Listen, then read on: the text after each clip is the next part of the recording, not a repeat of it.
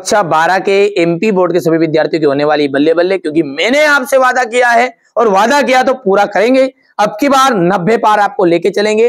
वास्तव में यदि आप भी मेरे साथ जुड़ना चाहते हैं, एकदम फ्री सारे महत्वपूर्ण पेपरों का सॉल्यूशन, महत्वपूर्ण, रियल नहीं बोल रहा हूं, शब्दों को ध्यान से सुनिएगा। कई बच्चे क्या है फेक पेपर कमेंट करेंगे, बेटा है ना, बिल्कुल आप घबराइए मत, मैं आपके साथ हूं, कंधे से कंधा मिलाकर पढ़ेंगे। यदि वास्तव में अच्छी परसेंट बनानी है तो शुरू करते हैं वीडियो को, है ना। इसकी आवाज मृत गांव में संजीवनी बढ़ती रहती है, पहलवान की ढोलक। एक घर की खुदाई में प्राप्त दाढ़ी वाली मूर्ति का नाम रखा गया याचक नरेश।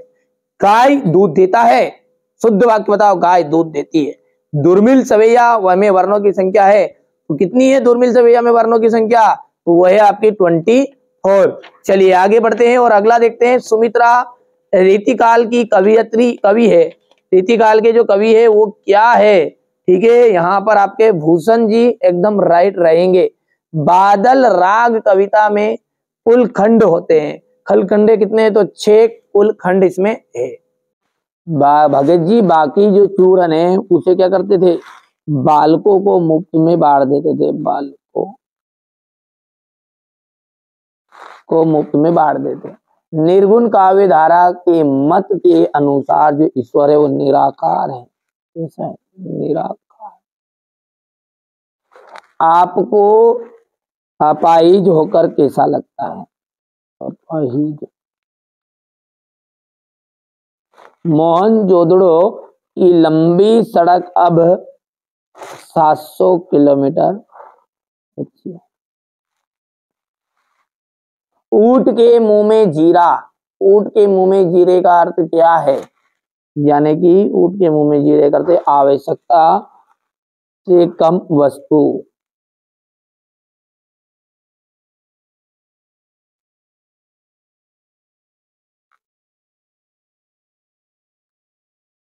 छंद के प्रकार होते हैं, छंद जो होते हैं वो 2 प्रकार के होते हैं। कितने प्रकार के? 2 प्रकार। थोड़ा सा छोटा कर लेते हैं, मामूली सा, आपको सारी चीजें नजर। तीर का जो जन्म है वो ऐतिहासिक झूसी। श्रृंगार काल कहा जाएगा आपका रीतिकाल। रीतिकाल की जो प्रमुख मुख्य भाषा थी वो है ब्रज भाषा। भागी हुई लड़कियां कहा जाएगा आलोक धनवा की रचना है। कविता का पहला उपकरण शब्द। शब्द युग्म जो होते हैं ना वो 6 प्रकार के होते हैं। और खंड का भी हम बात करें तो यह जाएगा कामा यानी। ब्रूनो की बेटियां किस कवि की रचना है? आलोक धनवा की है। उषा का जादू कब टूटता है? सूर्योदय होने पर। ठीक है। शब्द गुण कितने प्रकार के होते हैं? तो 3 प्रकार के होते हैं। अपनी का करनी, पार उतरनी। लोकोक्ति का अर्थ क्या है? स्वयं के परिश्रम से ही सफलता मिलती है।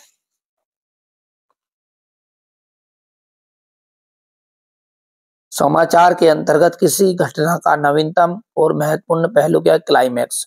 सिंधु सभ्यता की खुदाई से प्राप्त नर्तकी की मूर्ति अब किस संग्रहालय में है? खजूर और अंगूर। श्रम विभाजन किस आवश्यकता, किस समाज की आवश्यकता है? आधुनिक सभ्य समाज की। सत्य सत्यता आप ये कर सकते हैं, यहां से आप देख लीजिएगा। अब ये क्वेश्चन नंबर जो 6 है, यहां से इसका सॉल्यूशन अपन देखते हैं बढ़िया से। ये देखिए क्वेश्चन नंबर 6 है, पेशी की गर्मी किस रूप में प्रकट होती है? ठीक है। ग्रीष्म ऋतु में कौन सा फूल खिलने लगते हैं? ऋषि मुनियों किस तथ्य पर जोर दिया है? दीपावली पर लेखक को क्या क्या करना पड़ता था? शिरीष के फूल अपना स्थान छोड़ने के लिए बाध्य कब होते हैं? रिपोर्टाज लेखन में क्यों आवश्यक है? प्रमुख जनसंचार का माध्यम कौन कौन से हैं? मुक्तक काव्य और खंड काव्य में क्या आशय है? सारंग रूपक अलंकार की परिभाषा उदाहरण से दीजिएगा। ये काव्य में गुण कितने प्रकार के होते हैं? ओज गुण, प्रसाद गुण हो गया। बिंब विधान से आप क्या समझते हैं?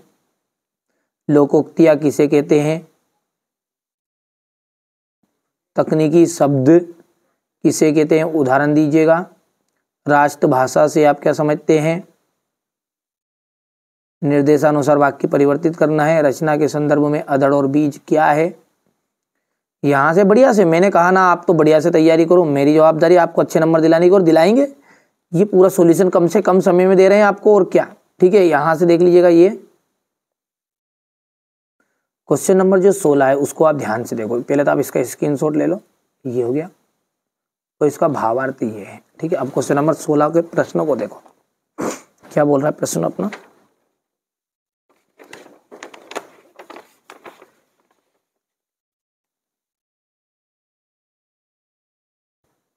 ये हो गया इतना, यहाँ तक, ठीक है, हो गया क्वेश्चन नंबर 16। और ये इसका मैंने सॉल्यूशन आपको प्रोवाइड करा दिया है, ये यहाँ से थोड़ा सा छोटा कर देते ताकि आपको एक ही बार में ख़त्म। अब ये इसके अथवा वाला है ना, तो इसका पहले तो प्रश्न का स्क्रीनशॉट लो। ये 16 का अथवा है, ठीक है। अब इस प्रश्न का जो उत्तर है, मनुष्य कैसा प्राणी है, तो मनुष्य एक सामाजिक प्राणी है, ये हो गया। कर पाओगे आराम से, है ना भैया। चलिए क्वेश्चन नंबर जो 17 है, इसमें आपको दिए हुआ है फिराक गोरखपुरी की रचना है। तो ये फिराक गोरखपुरी, यहाँ से जीवन परिचय इनका, ये तो अपना एमपी बोर्ड में कोई काम का नहीं, रचना ऐसे अपना काम की चीजें है, ठीक है। भाव पक्ष हो गया इनका, ये कला पक्ष हो गया है, और ये साहित्य में स्थान। तुलसीदास जी का है, तो ये तुलसीदास जी यहाँ पर देख लीजिएगा, रामचरितमानस, भाव पक्ष, कला पक्ष और साहित्य में स्थान।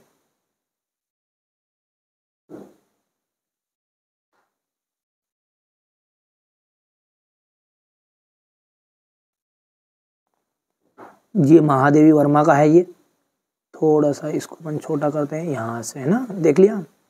रचनाएं देखिएगा, रचनाएं, भाषा उनकी,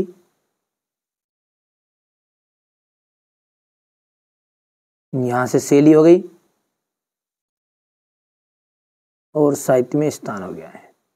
कर पाओगे। धर्मवीर भारती, ये देख लीजिएगा, यहाँ से हो गया इतना। ये रचनाएं हो गई, भाषा, और ये शैली, और ये साहित्य में स्थान, हो गया इतना। चलिए आगे बढ़ते हैं। ये क्वेश्चन नंबर आपका 19 है, कविता कोमल हृदय की चीजें। संक्षेपण की विशेषताएं बताइए। ये आपका क्वेश्चन नंबर 20 को देखो ध्यान से।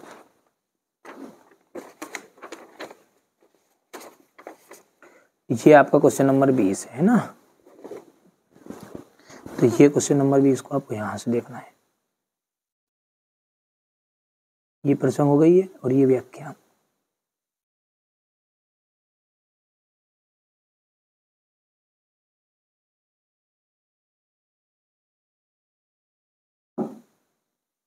हो गया। इसके बाद में ये यहाँ से इसका अथवा है, ये आगन वाला है। ये क्वेश्चन नंबर 20 का संदर्भ हो गया, ये प्रसंग हो गया, व्याख्या, व्याख्या अपन यहाँ से ले लो, भी अधूरी है, इसको पूरा यहाँ से कर लो, ठीक है। अब क्वेश्चन नंबर 21 जो है, इसको देख लीजिएगा, यहाँ पर है।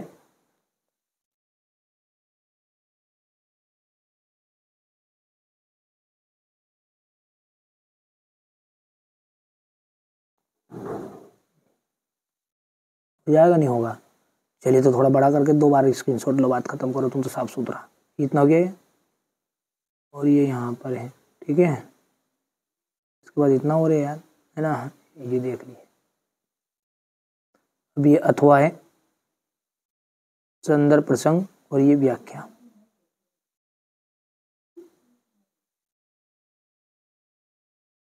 इसके बाद में यहाँ से ये क्वेश्चन नंबर 22, यहाँ संदर्भ, प्रसंग, ये व्याख्या, ठीक है। यहाँ से देख सकते हैं आप।